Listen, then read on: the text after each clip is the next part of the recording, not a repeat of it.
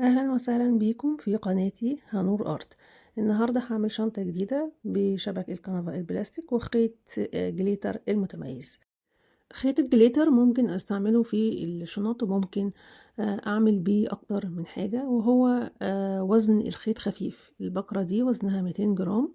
الخيط شبه خيط استعملته قبل كده، كان اسمه خيط دايموند او خيط كريستال، بس خيط دايموند كان رفيع شوية. اما الخيط الجليتر ده هو عريض شوية، هيكون عرضه 4 ملم، وده هيكون مناسب معايا جدا في شغل الكنفة، وهيغطي البلاستيك بشكل كويس. وبكرة يعني هتكون كبيرة على شبك بلاستيك صغير زي ما هنشوف. ده مقاس الخيط على المزورة بالسنتيمتر، هيكون المقاس 4 ملي، وده المقاس بالإنش. طيب الشبك اللي هستعمله شبك كنفا بلاستيك مربعات كبيرة. ده المقاسات موضحة على الشاشة، وبالنسبة لطول الشبك هيكون 37 سنتيمتر. بالنسبة للإكسسوارات اللي أنا هستعملها معاه، هستعمل 2 جانش، ولازم يكون المقاس مناسب للجوانب، وسلسلة معدن أو حزام، وإبرة كنفا أو إبرة تنظيف ممكن استعملها، القفل طبعا بيكون معاه 3 مسامير، قفل المسطرة، وبكرة الخيط. هسحب الخيط على الإبرة، هسحب حوالي 2 متر على إبرة الكنفا. بعد كده هربط الخيط.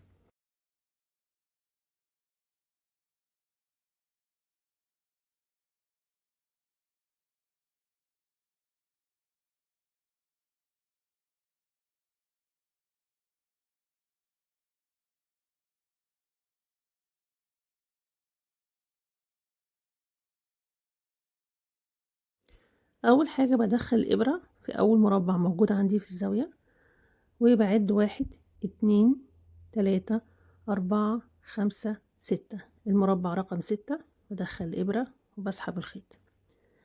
بسحب الخيط وبعد كده بفرده على شبك الكنفا بالشكل ده، بفرده كويس، وبدخل الإبرة في الربطة من جوه من هنا. بسحب الإبرة من جوه ربطة الخيط واشد الخيط. في تاني مربع في الصف التاني، المربع ده بسحب الخيط، مش في نفس الصف، لا، في الصف اللي جنبيه تاني مربع من فوق. بسحب الخيط، بعد 1 2 3 4، بسحب الخيط. بسحب الخيط وبعدين بفرده على شبك الكنفا بالشكل ده. ده هيكون شكل الغرزة معانا. هكرر نفس الغرزة الأولى اللي عملتها، هدخل إبرة في نفس المربع الموجود في الصف من هنا، وبسحبه في آخر مربع موجود في طرف البلاستيك. وطبعا بتأكد كويس إن الخيط مفرود بالشكل دوت، وبدخل إبرة في المربع الموجود فين في طرف البلاستيك. يبقى أنا هكرر أول غرزة عملتها. الخطوة اللي بعد كده أدخل الإبرة في تاني مربع من طرف البلاستيك، وبعد 4 مربعات، وبدخل الإبرة في المربع الرابع وبسحب الخيط. بكرر الغرزة التانية. بعد كده هكرر الغرزة الأولى والتانية، بدخل إبرة في المربع الموجود في الطرف، وبعد 6 مربعات، وبعد كده بسحب الخيط وافرده. مش محتاجة إن أنا أعد دلوقتي المربعات، لأن الصف واضح قدامي، الصف 6 مربعات وصف 4 مربعات، الصفوف واضحة، فهكمل بنفس الترتيب.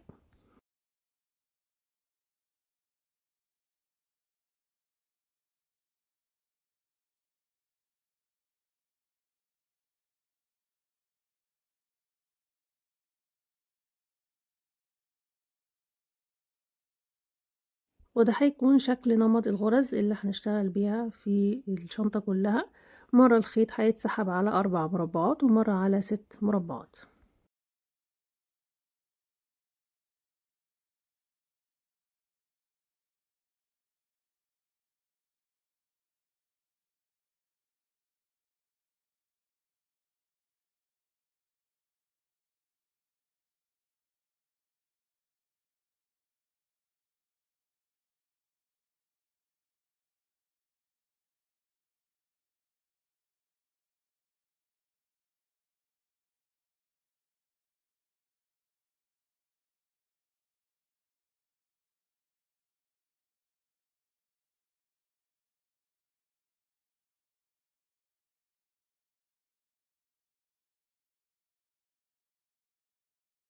كملت الغرز بنفس الترتيب ووصلت لآخر غرزة في نهاية الصف، هتكون على 6 مربعات.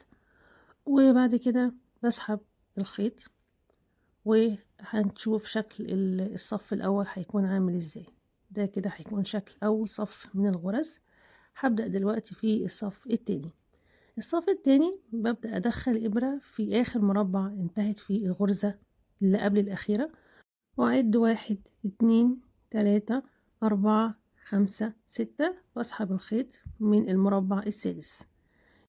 هرجع لآخر غرزة وأدخل الإبرة في آخر مربع موجود في الغرزة، بفرد الخيط كويس وبشده بالشكل ده، وبعد كده أعد 1 2 3 4 وأسحب الخيط وبفرد الخيط. هكمل الغرز بنفس الترتيب، مرة على 4 مرة على 6، نفس غرز الصف الأول بكررها في الصف التاني، وبتشترك الغرز مع بعضها في نهاية المربعات الموجودة في الصف الأول، وبكمل الغرز بنفس النمط مش بيتغير معايا.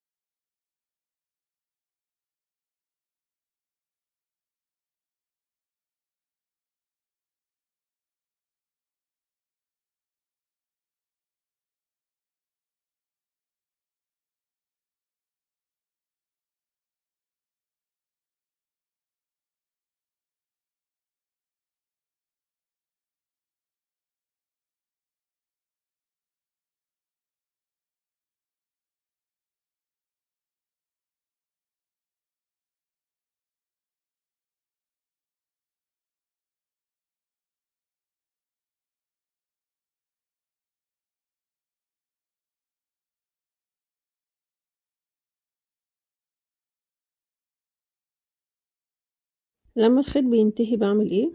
بقص الخيط وبربط الخيط مع بعض، باخد طرفين الخيط وبربطهم مع بعض ربطتين واشدهم كويس قوي علشان ما يتفكوش، وبحضر ابرة وخيط جديد على ابرة الكنفة، وبكون طبعا ربطت الخيط بالشكل ده، وابدأ ادخله في ربطة الخيط من هنا حسب اتجاه الغرزة. لو الغرزة نازلة لتحت يبقى انا هسحب الخيط من تحت بالطريقة دي، بعد كده ارجع اكمل غرز.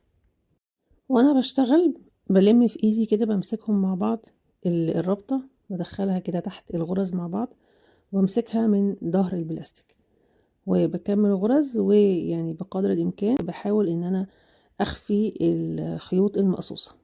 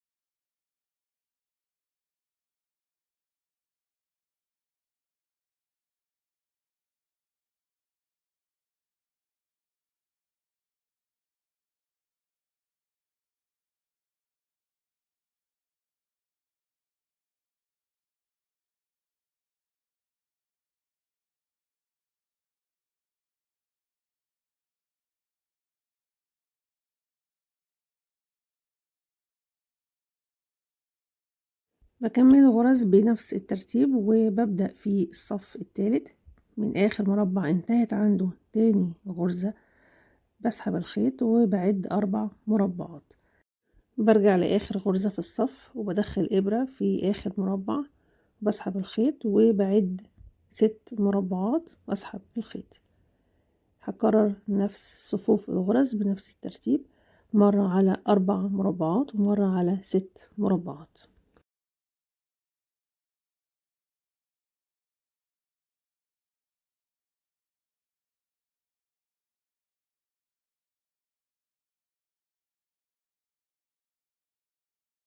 الصف التالت هيكون زي الصف الأول والصف التاني، وهتستمر الغرز كلها بنفس النمط وبنفس الترتيب لغاية لما تنتهي بالشكل ده. لما أوصل لنهاية الصف هكمل الغرز على المربعات الموجودة عندي والمتبقية عندي في نهاية الصف. هيتبقى في النهاية 5 مربعات بالطول، هكمل عليهم الغرز مش 6، وهيتبقى 4 مربعات.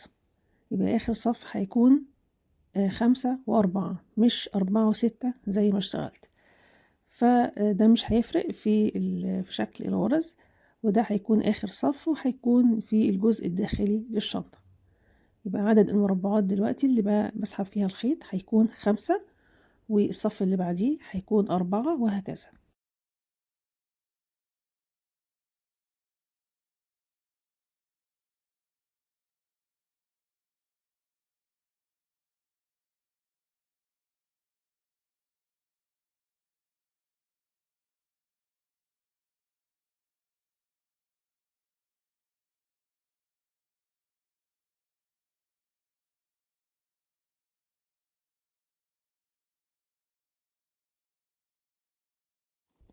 كملت الغرز لنهاية الصف بالشكل ده.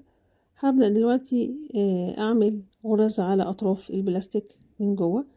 بدخل إبرة في المربع الموجود في الزاوية وبسحب الخيط وأخلي الخيط يلف حوالين البلاستيك، وأكرر نفس الغرزة. بدخل إبرة في كل مربع موجود في الطرف وبسحب الخيط وبفرده، وبكمل الغرز لغاية نهاية الصف.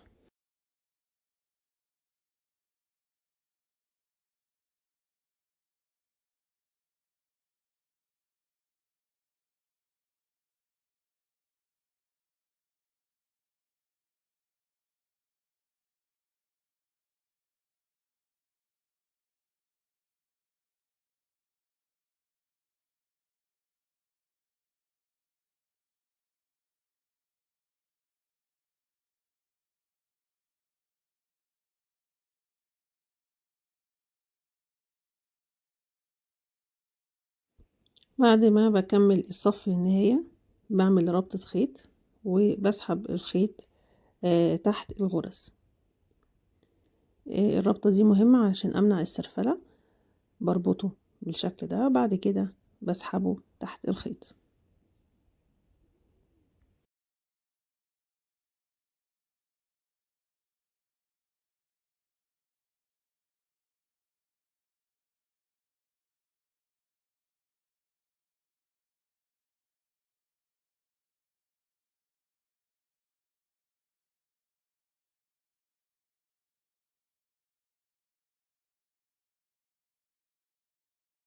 برجع مرة تانية لأول صف بدأت فيه الغرز.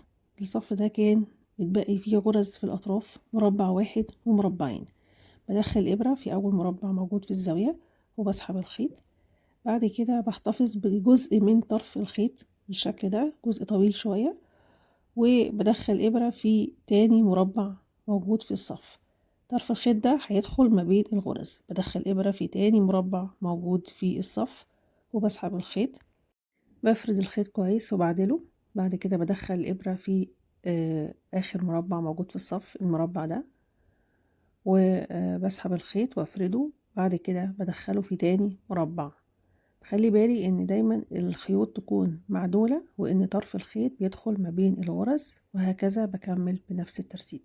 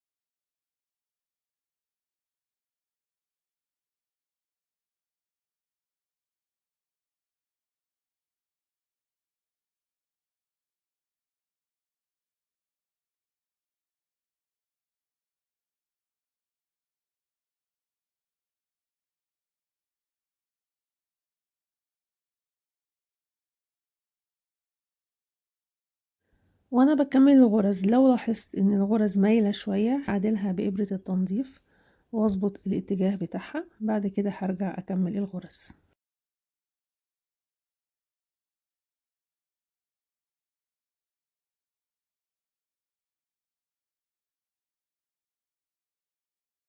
الجزء اللي بشتغل فيه الغرز ده الجزء الخاص بالقلاب اللي هيتركب فيه القفل.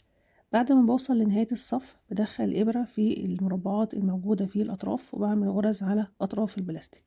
مش هكمل للنهاية، هشتغل جزء صغير وبعد كده هوقف الغرز على أطراف البلاستيك.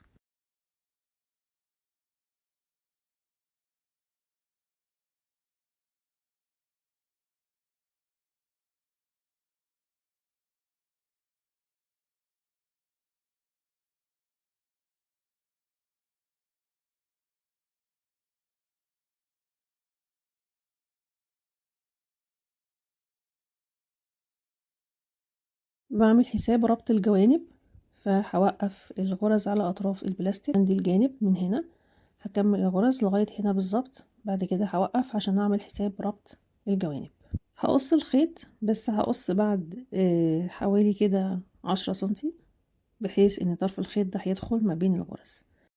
هبدأ اعمل غرز في الجوانب بنفس النمط، وهتبدأ الغرز من تحت الخيط في اخر صف. في الغرز الموجودة في الطرف بيبدأ اسحب الخيط وبعد 6 مربعات. بعد كده بعمل الغرزة التانية على 4 مربعات، بسيب مربع وبدخل إبرة في تاني مربع وبسحب الخيط بعد 4 مربعات.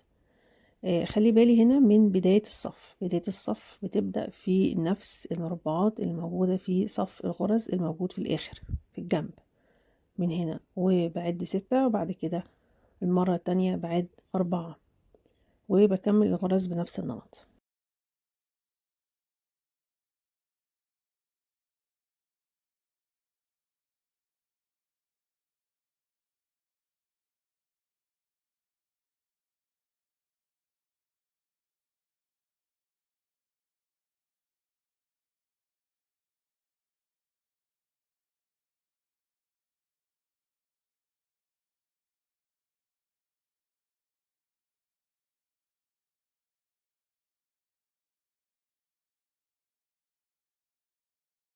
بعد ما انتهيت من أول صف في فراغ من البلاستيك واضح هنا، فهسحب الإبرة في المربع ده وأسحبه من الناحية التانية، بحيث ان انا اغطي الفراغات الموجودة من البلاستيك الموجودة في نهاية الصف. هي مش باينة قوي، بس انا حبيت اعملها كخطوة اختيارية او خطوة تجميلية في النهاية اقفل بيها بداية الصف.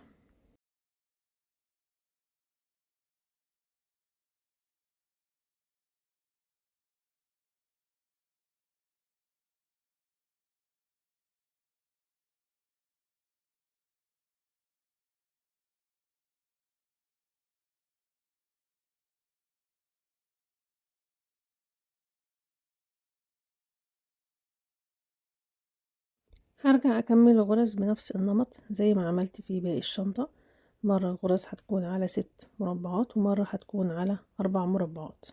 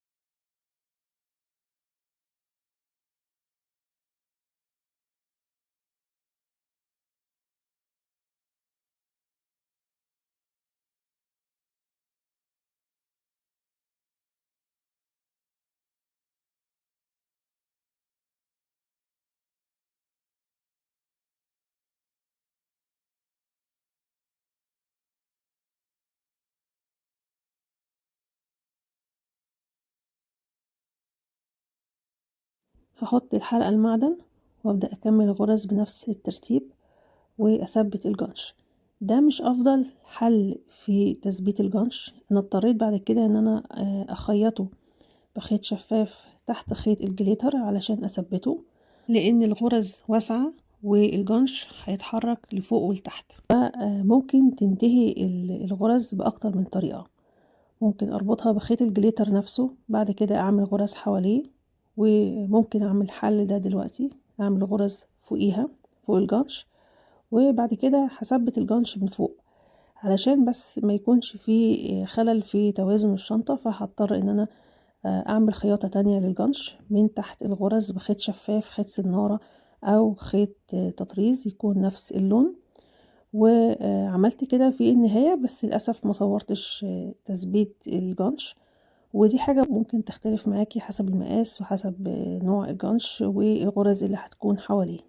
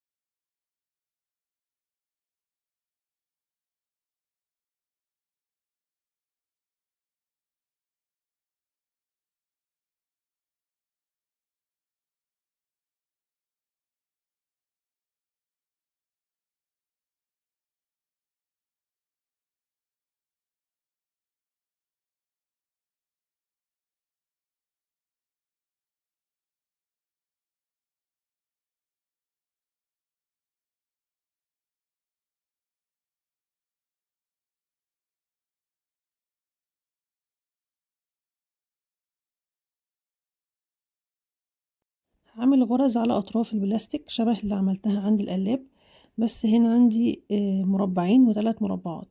يعني هسحب الخيط دلوقتي عند الطرف على 3 مربعات، بعد كده هسحبه على مربعين. الخيط هيقع على الجنب وده عادي مش مشكلة، لما اجي اربط الجوانب الخيط هيرجع يطلع فوق تاني، فهيكون صعب دلوقتي تثبيته في الطرف. وهكمل بنفس الترتيب،